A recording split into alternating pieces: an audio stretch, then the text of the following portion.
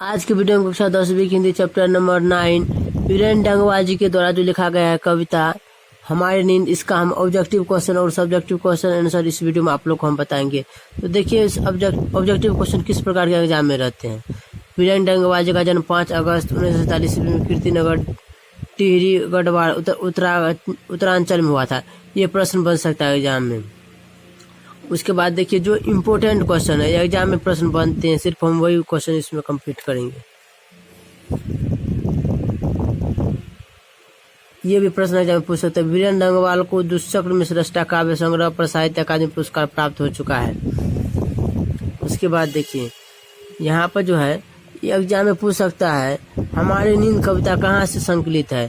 तो आप लोग एग्जाम में प्रश्न का उत्तर दीजिएगा दुष्चक्र मिश्रष्टा संकलित। देखिए यहाँ लिखा है ना, सामयिक कवि वीरेन डंगवाल की कविताओं की संकलन दुष्चक्र मिश्रष्टा से उनकी कविता हमारी नींद यहाँ प्रस्तुत है।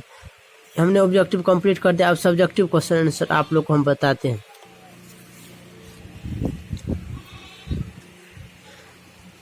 कविता के प्रथम अनुच्छेद में कवि एक बिंब की रचना करते हैं, उसे स्पष्ट करिए। हमारी नींद के माध्यम से कवि जीवन की विसंगतियों को दर्शाया है। आज के युग में नींद अधूरी या फिर भी कल्पना के भावों में बहते रहते हैं। नींद में पौधों का बढ़ना, बीज अंकुरण आदि कुछ ऐसे मनोभाव है जो मानव जीवन की विसंगतियों को दर्शाता है। अंकुरित होने वाला बीज भला विशाल वृक्ष की कल्पना कैसे कर सकता है। आर्थिक स्थिति से विपन्न भला कुबेर होने की कल्पना कैसे कर सकता है। उनकी ये कल्पनाएं उस नींद की तरह है जो बिना पतवार की नौका होती है। हम भी नींद के प्रतीकात्मक रूप है। अपूर्ण जीवन के बीच समग्र जीवन की कल्पना है। दूसरा नंबर क्वेश्चन, मक्खी के जीवन चक्र का कवि द्वारा उल्लेख किए जाने का क्या आशय है। यहाँ कवि ने मक्खी को प्रतीकात्मक रूप दिया है। मक्खियों की तरह अत्याचारी जन्म ले रहे हैं। वे अपना जीवन क्रम पूरा नहीं कर पाते। वे बमबारी, गोलाबारी आदि के शिकार हो जाते। एक मक्खी से सैकड़ों मक्खियों का उद्भव होता है। एक अत्याचारी हजारों अत्याचारी को जन्म देता है। उनका जीवन चक्र विनाश के लिए होता है। अब तीसरा नंबर क्वेश्चन देखिए, कवि गरीब बस्तियों का उल्लेख क्यों करता है। गरीब अपना जीवन चक्र अजीबो गरीब तरह यापन करता है। अभावों के बीच भी वह मिथ्या बड़प्पन को ढोने की चेष्टा करता है। पर्व त्योहार अतिथि आगमन पर वह अपने सामर्थ्य से अधिक खर्च करता है। बुभुक्षित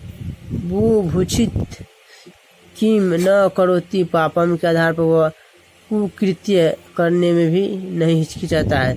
कवि किन अत्याचारियों का और क्यों जिक्र करता है। वैसे अत्याचारी जो अपने सामर्थ्य के नाम पर हजारों अत्याचारियों को पैदा करते हैं। आज अत्याचारियों के पास सर्वसुलभ साधन है। वे असहायों के सताने के लिए तरह तरह के हथकंडे अपनाते हैं। आज के समय में सर्वत्र विक्षुब्धता है। शोषित और कमजोर वर्ग के लोग किसी तरह जीवन जीने के लिए विवश है। पांचवा नंबर क्वेश्चन देखिए, इनकार करना न भूलने वाले कौन है। कवि का भाव स्पष्ट कीजिए। हठीला जीवन जीने वाला कैसे लोग हैं जो त्रस्त होने पर भी अपने आत्मबल को कमजोर नहीं कर पाए। अभावों के बीच भी अपने तेज को संजोए रखते हैं। हठ योगी एवं कर्मयोगी रहने वाले वे विषम परिस्थितियों में भी अपनी जिज्ञासा और आत्मबल को मजबूत किए रहते हैं। छठा नंबर क्वेश्चन देखिए, कविता के शीर्षक की सार्थकता पर विचार कीजिए। कविता की शीर्षक की सार्थकता पर विचार कीजिए। प्रस्तुत कविता का शीर्षक हमारी नींद एक प्रतीकात्मक के रूप में अवतरित है। नींद कल्पना मूलक होती है। कल्पना के भाव में पहुंचकर जब यथार्थ की बातें आती है तो कल्पना यूं ही समाप्त हो जाती है। बीज के अंकुर विशाल वृक्ष की कल्पना करते अभावों के बीच भी अपने आत्मबल को संजोए हुए समाज को कुरूप बनाने के लिए मक्खियों की तरह अत्याचारी जन्म ले रहे हैं। विविध व्यवधान के बावजूद हम हठीला जीवन जी लेते हैं। नींद आती है किंतु जमाई नहीं। जीवन की सार्थकता अभावों के बीच भी गहरी नींद में सोना है। व्याख्या वाले प्रश्न 7 का क का देखिए। गरीब बस्तियों में भी धमाके सुबह देवी जागरण लाउड स्पीकर पर। देखिए इसका उत्तर। प्रस्तुत पंक्तियों में वीरेंद्र डंगवाल द्वारा रचित हमारी नींद शीर्षक कविता से संकलित है। इसमें कवि अभावों के बीच जीवन जीने वाले उन गरीबों की तरफ ध्यान आकर्षित किया है जो मिथ्या जीवन जीने के लिए तरह तरह के प्रदर्शन करते हैं। आज परिस्थिति बदल गई है, सुखी संपन्न लोग घरों में बैठे आराम का जीवन जीते हैं। अभावों के बीच जीने वाला लोग पर्व त्योहार आदि के नाम पर अपने सामर्थ्य पर उठकर खर्च करते हैं। उनकी स्थिति सुधारने की बजाय बिगड़ती चली जाती है। गरीबों की ऐसी सोच ही उनकी गरीब का आधार है। ख नंबर क्वेश्चन देखिए, यानी साधन तो सभी जुटा लिए अत्याचारियों ने। इसका उत्तर देखिए। प्रस्तुत पंक्ति वीरेंद्र डंगवाल द्वारा रचित हमारी नींद शीर्षक कविता से संकलित है। इसमें कवि सर्वसाधन संपन्न अत्याचारियों की तरफ ध्यान आकर्षित किया है। सामर्थ्यपूर्ण गहरी नींद नहीं सो पाती।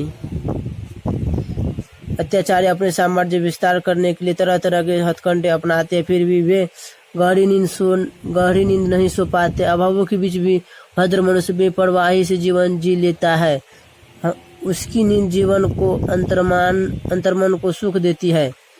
नंबर क्वेश्चन, प्रस्तुत पंक्ति वीरेंद्र डंगवाल द्वारा रचित हमारी नींद शीर्षक कविता से संकलित है।